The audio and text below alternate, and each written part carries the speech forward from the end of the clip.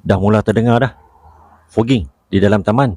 Okey, macam saya ni di depan kawasan depan perumahan ni, okey, memang saya akan terkesan lah sebab berada di depan sekali, memang untuk bertindak memang tak sempat. Jadi, okey, saya nak share bagaimana untuk mengatasi masalah fogging dalam keadaan yang tertentu macam ni lah. Okey, jom kita tengok di dalam.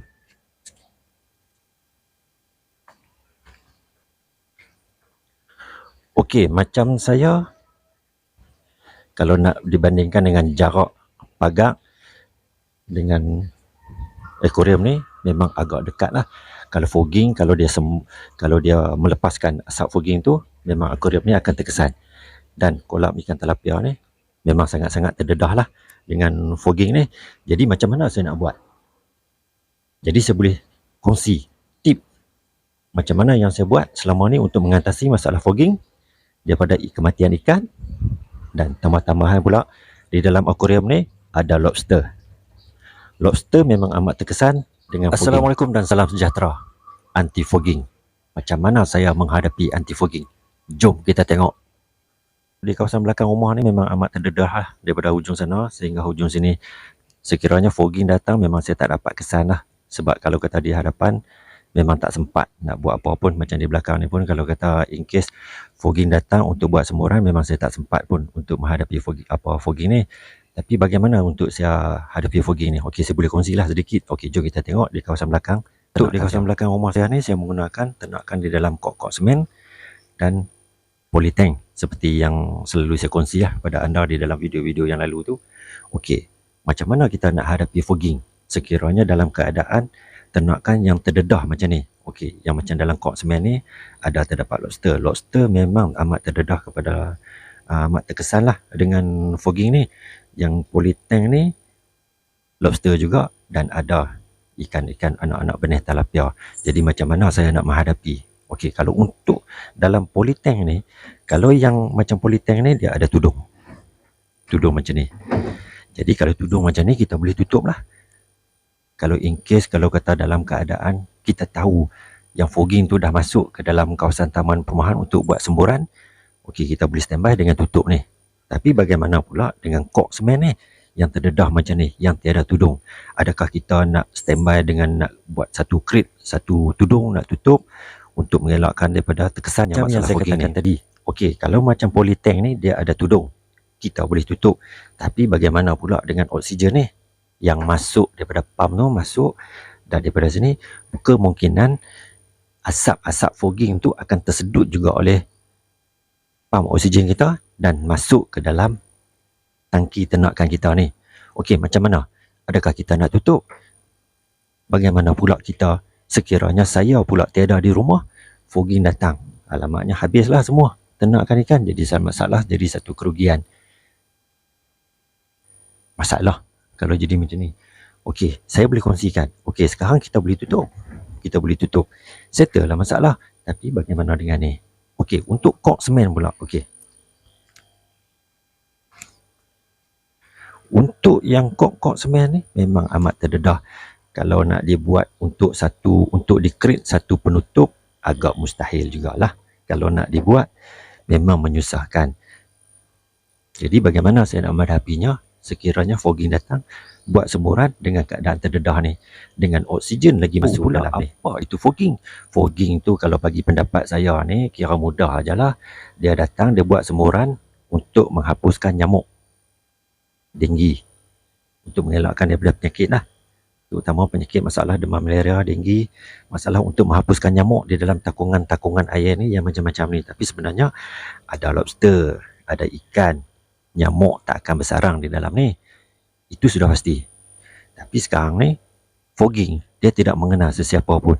Dia tidak kira sama ada korang buat ternakan ke, korang ada takung-takung air ke, dia tak kira, asalkan dia nak hapuskan semua nyamuk dan takungan-takungan air ni. Contohnya kalau kata fogging dia akan sembuh, bahan kimia tu akan masuk dalam ni, dia akan bertakung di atas permukaan air ni, dan secara otomatiknya dia akan secara perlahan-lahan dia akan mendap di dalam dasar ternakan kita ni. Jadi masalah, sekiranya ada lobster akan mati. Sekiranya ada ikan pun mati. Tapi ada satu saya nak kongsi. Macam lobster, memang agak takut lah akan terkesan.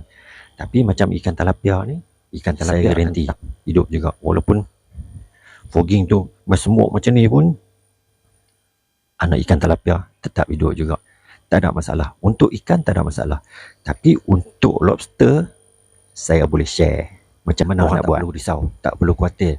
Kalau fogging datang pun, biasa, relax, no problem. Tapi kalau kata lobster, korang kena standby ni. Ini tip yang paling berguna. Garam. Jadi garam akuatik ni memang banyak lah saya standby. Kadang-kadang tu sampai berkapit-kapit. Murah je. Satu bag ni RM1. Jadi untuk kalau kata terdengar saja enjin fogging tu dah datang dekat kawasan perumahan orang tu, korang tu, senang saja.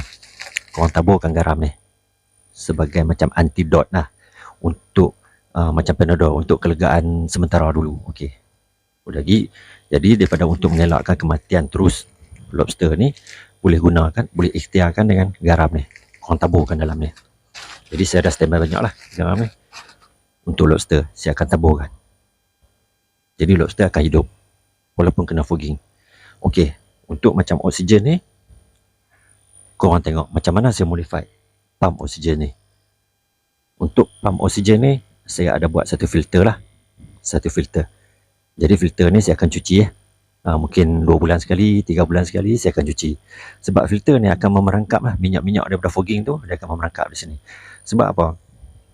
Untuk pump, untuk tube oksigen ni, jadi oksigen ni akan terendam. Acetone tu akan terendam. Jadi secara automatiknya kalau kata tak buat filter macam ni, masalah juga. Minyak-minyak fogging tu, asap-asap fogging tu akan tersedut dan bercampur sekali dengan di dalam ternakan kita ni, air dalam kolam. Untuk pump oksigen yang macam pump Hailer ACO 308 ni, yang model yang saya guna ni, okey, korang boleh modify macam ni lah, untuk menghalang daripada asap-asap fogging tu tersedut masuk dalam ni dan terus masuk ke dalam kok-kok ternakan korang ni ataupun kolam-kolam ternakan korang. Okey, bagaimana pula kalau kata menggunakan pump daripada model yang lain pula? Macam mana nak buat? Okey, kalau pump model yang lain memang tak boleh buat macam ni lah. Memang dia akan tersedut masuk terus masuk dalam ni. Jadi tak boleh nak buat apa. Jadi masalahnya satu korangnya, okey boleh teruskan juga. Kalau kata fogging datang pun okey, korang boleh teruskan juga. Tapi kena yakin lah. Sebab tu saya mengatakan menggunakan garam akuatik ni, ataupun garam biasa yang kat dapur rumah korang tu, okey, korang boleh gunakan. Okey, sebab saya menggunakan macam ni lah, saya buat praktik macam ni, memang berhasil.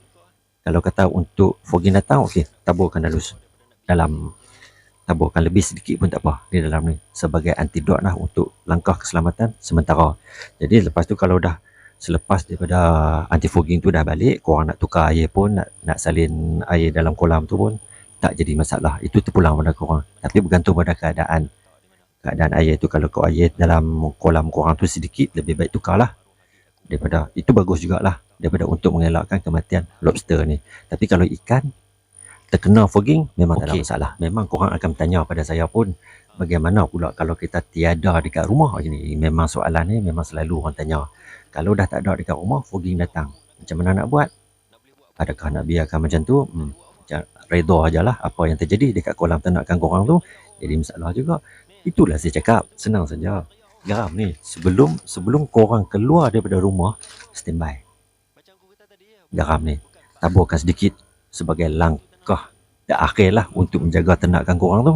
Okey, macam saya sendiri pun kalau kata saya keluar, mungkin pergi outstation 2-3 hari, okey saya akan buat macam ni ya. Taburkan dulu sebagai langkah antidot lah kononnya. Memang berhasil benda ni. Memang dah terbukti dah berkesan. Korang boleh cuba kan garam akuatik ni. Ada yang biru dan ada yang ala kuning, ada ala oranye tu. Okey, korang boleh dapatkan dekat kedai akuatik banyak. Paling teruk sangat pun korang boleh guna garam yang dekat dapur tu. Kalau dah tak ada sangat yang ni, korang boleh gunakan garam yang kat dapur tu. Okey, taburkan dalam ni, tak ada masalah. Itu sebagai langkah. Itulah saya cakap, kalau nak marahkan fogging pun tak boleh juga. Itu dah memang tanggungjawab dia orang untuk datang buat semburan, untuk menghalang daripada pembiakan nyamuk-nyamuk yang kita takung-takung air ni. Jadi sebagai langkahnya, kawasan setempat tu kenalah jaga juga daripada pembiakan nyamuk ni. Jangan korang biarkan takung-takung kolam-kolam yang kosong macam ni, tak ada ikan, korang biarkan menjadi sarang-sarang nyamuk.